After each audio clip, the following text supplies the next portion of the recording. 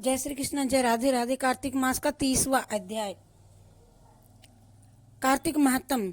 भगवान श्री कृष्ण जी महाराज ने कहा कि हे प्रिय, नारद जी के वचन सुनकर के महाराजा पृथु बड़े विस्मित हुए। अंत में उन्होंने नारद जी का पूजन करके उनको विदा किया। इसी कारण माघ, कार्तिक और एकादशी ये 3 व्रत मुझे अत्यधिक प्रिय हैं।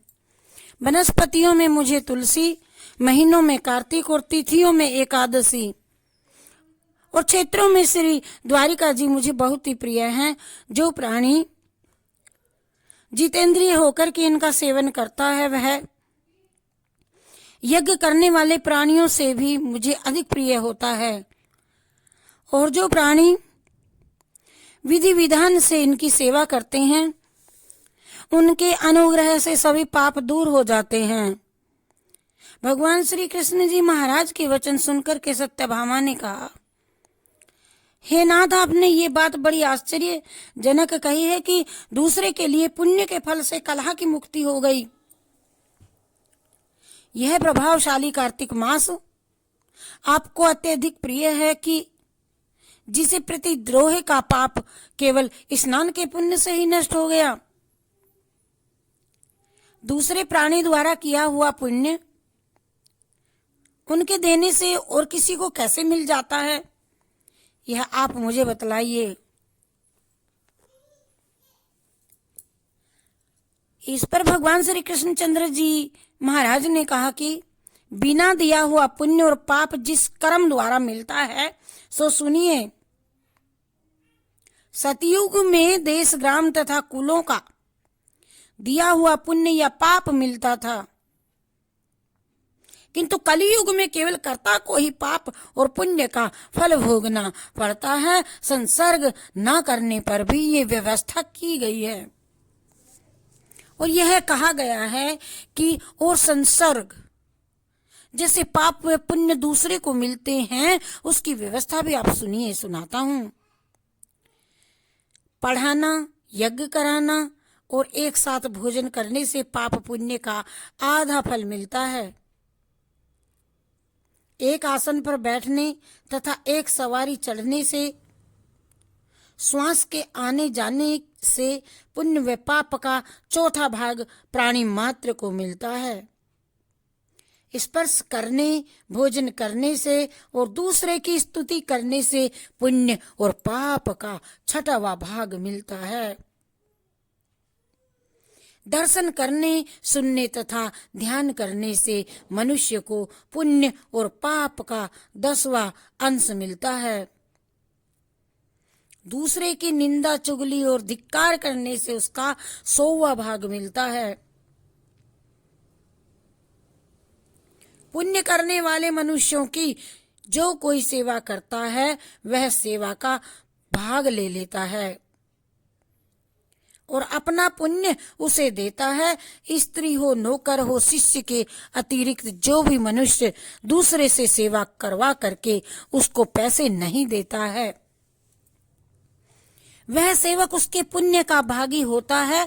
पंक्ति में बैठे हुए भोजन करने वालों की पत्तल जो व्यक्ति लांघता है वह उसको जिसकी पत्तल उसने लांघी है अपने पुण्य का 6वां भाग दे देता है।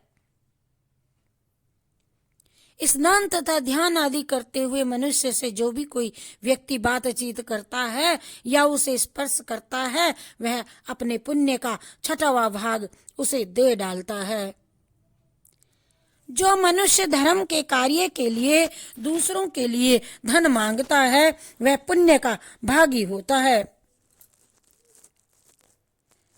ठीक उसी प्रकार जिस प्रकार दान करने वाला पुण्य का भागी होता है, जो मनुष्य धर्म का उपदेश करता है और उसके पश्चात से श्रोता से याचना करता है वह अपने पुण्य का 6वां भाग उसे देता है। जो मनुष्य दूसरों का धन चुरा करके उससे धर्म करता है वह चोरी के पाप का फल भोगता है और शीघ्र ही निर्धन हो जाता है। और जितना धन चुराता है वह पुण्य का भागी होता है। जिसके धन को चुराता है, जिसका धन चोरी किया है, वह उसके पुण्य का भागी होता है। बिना ऋण उतारे जो भी कोई मनुष्य मर जाता है किसी का कर्जा लेकर के, उसको ऋण देने वाले सज्जन पुण्य के भागी होते हैं। शिक्षा लेने वाला, सलाह देने वाला, सामग्री को जुटाने वाला, इकट्ठी करने वाला तथा किसी को बात बताने वाला, प्रेरणा देने वाला, वह सब पाप और पुण्य के छठे भाग को प्राप्त करते हैं। राजा प्रजा के पाप पुण्य के षष्ठांश का भागी होता है। गुरु शिष्यों का, पति पत्नी का, पिता पुत्र का, स्त्री पति के लिए पुण्य का छठा भाग पाती है। पति को प्रसन्न रखने वाली आज्ञाकारिणी स्त्री पति के किए हुए पुण्य का आधा हिस्सा लेती है। जो पुण्य आत्मा पराये लोगों को दान करता है वह उसके पुण्य का छठा भाग प्राप्त करता है। जीविका देने वाला मनुष्य जीविका ग्रहण करने वाले मनुष्य के पुण्य के छठवें भाग को प्राप्त करता है। जीविका देने वाला, जीवन निर्वाह करने के लिए अन्न वस्त्र, जीविका ग्रहण करने वाले मनुष्य के पुण्य के छठवें भाग को प्राप्त करता है। किसी को यदि महीने भर का खर्चा दे दिया जाए तो, सालाना का, 6 मास का, तो उसके छठवें भाग छठे पुण्य का को प्राप्त करता है। इस प्रकार दूसरों के किए हुए पुण्य अथवा पाप बिना देने के भी दूसरे को मिल सकते हैं, किंतु यह नियम जो कि मैंने तुम्हें बतलाए हैं कलयुग में लागू नहीं होते। कलयुग में तो केवल एकमात्र कर्ता को ही अपने पाप व पुण्य भोगने पड़ते हैं। इस संबंध में एक बड़ा पुराना इतिहास जो कि पवित्र भी है और बुद्धि को देने वाला भी मैं तुम्हें सुनाता हूँ, तुम ध्यान से सुनना। जय गणेशाय नमः। वह है 31वां अध्याय। ये हमने 30वां अध्याय बोला। जय श्री कृष्णा, जय राधे राधे, जय श्री कृष्णा, जय राधे राधे।